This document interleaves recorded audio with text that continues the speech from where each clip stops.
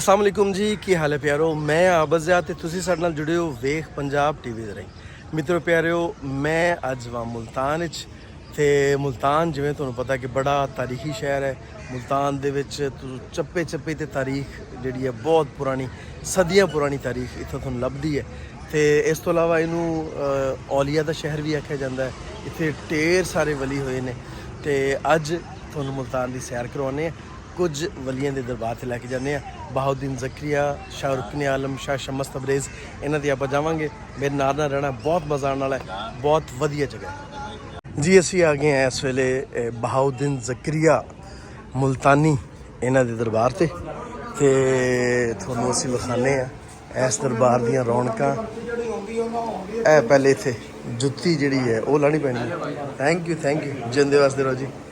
Sah the offer की वीरे ने ते आओ तुहानूं दिखाने दरबार। हो जी वाह, बहाउद्दीन ज़करिया जिहड़ा दरबार है ना, कबूतर देखो तुसीं इस इन्हां दरबारां दी। बल्कि मैं कहना कि जिन्ने भी दरबार ने औलिया दे, उत्थे एक खूबसूरत जिहड़ी चीज़ हुंदी है, जिहड़ी मैनूं वेखण नूं मिलदी, जिहड़ी अक्खां नूं बहुत वधिया लगदी है, वो कबूतर ने। ते जंगली कबूतर इन्हूं आख्या जांदा है। ते आ बगैर किसी लालच तो, बगैर किसी गल तो इत्थे हाज़री दे रहे हुंदे ने। वाह जी वाह, की बनिया। अच्छा, जिहड़े मुल्तान शरीफ दे विच जिहड़े दरबार ने ना, उन्हां दा जिहड़ा कम होया है वो तुसीं देखोगे कि पुरानी इट जिहड़ी है वो है लगी हुई उत्थे।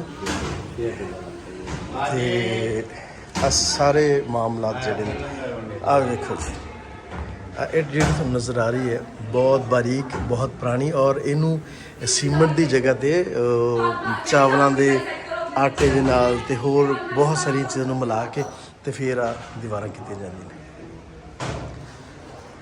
इत्थों की जी नक्श निगारी है वो बहुत वधिया है। मैं तुहानूं विखाना थोड़ा जिहा कि देखो जरा।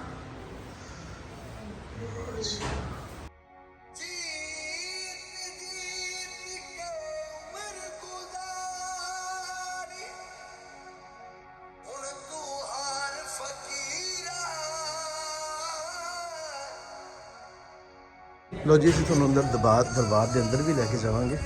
पहले तुहानूं थोड़ा जिहा विखाने आ इहदी, क्योंकि मैनू तारीखी चीज़ां बहुत वधिया लगदियां ने, तारीख दे नाल जुड़ियां होईयां। ए वेखो,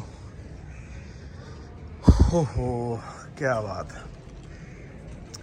इत्थों ज़रा तुसीं नज़ारा करो इस दरबार शरीफ का। सारा दरबार उदों का बनया है, रेनोवेशन नाल दी नाल हुंदी रहिंदी है दरबार शरीफ की। लेकिन जिहड़ा इत्थे नक्श नगारी का काम है, असल च आ जिहड़ी आ तुहानूं नीले रंग की कैलीग्राफी नज़र आ रही है, जी तुहानूं कशीदाकारी जी छोटा छोटा काम नज़र आ रहा है, सारा मुल्तान का कल्चर है। इत्थे तुहानूं मुल्तान का कल्चर भी नज़र आएगा। इत्थे तुहानूं पाकिस्तान की कोई 500-600 साल पुरानी तारीख जिहड़ी है वो इस शहर दे नाल जुड़ी है, बल्कि शायद इस तो भी ज़्यादा।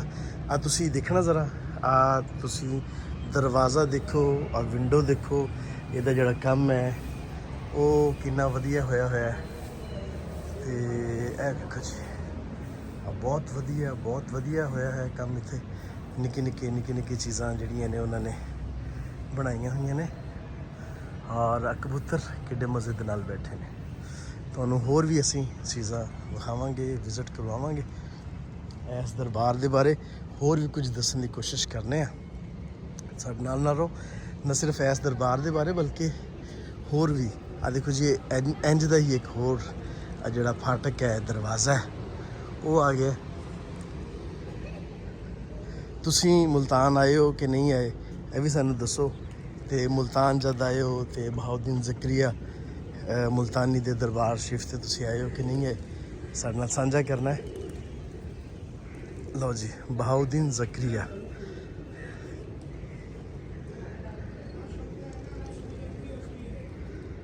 वाह जी वाह जी वाह।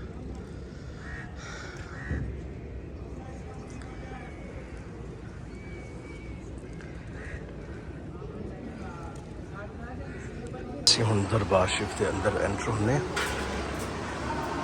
ਵੇਖੋ ਕੁੰਡੀ ਦਰਵਾਜ਼ਾ ਕਿੰਨਾ ਸ਼ਾਨਦਾਰ ਹੈ ਨਾ, ਵੇਖਣ ਵਾਲਾ ਹੈ।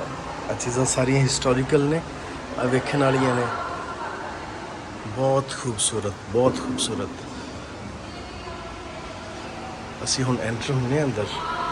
ਇਹ ਦਾ ਦੂਸਰਾ ਫਾਟਕ ਹੈ।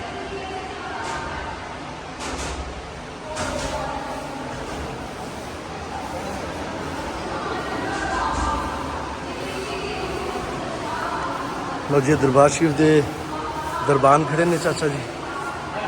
ਵਾਹ ਜੀ ਵਾਹ ਜੀ ਵਾਹ ਜੀ ਵਾਹ ਜੀ।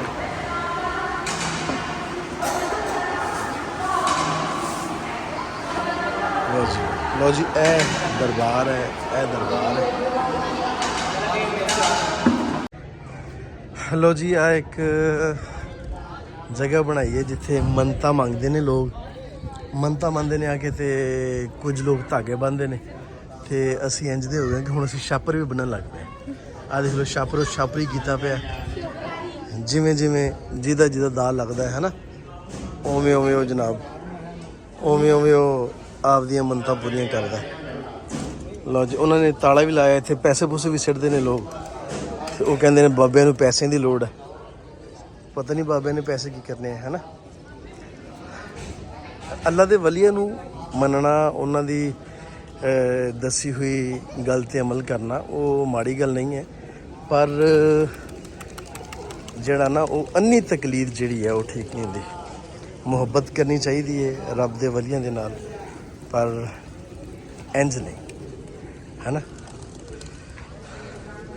ਲਓ ਜੀ, ਬਹੁਤ ਸੋਹਣਾ ਇਨਵਾਇਰਮੈਂਟ ਹੈ ਦਰਬਾਰ ਸ਼ਰੀਫ ਦਾ। ਮੈਨੂੰ ਤੇ ਜਿਹੜੀ ਇਹਦੀ ਕੰਸਟਰਕਸ਼ਨ ਹੋਈ ਹੈ ਉਹ ਮੈਨੂੰ ਬਹੁਤ ਵਧੀਆ ਲੱਗਦੀ ਹੈ।